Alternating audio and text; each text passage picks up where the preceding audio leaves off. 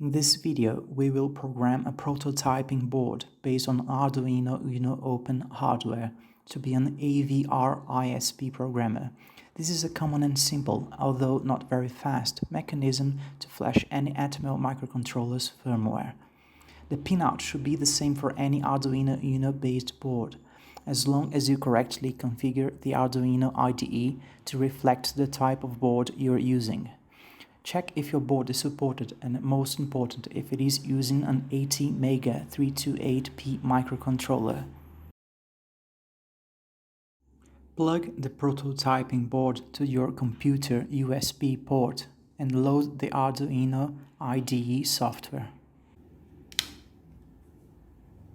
You must open the sketch from File, Examples, number 11, Arduino ISP. We will be selecting the Arduino Uno board.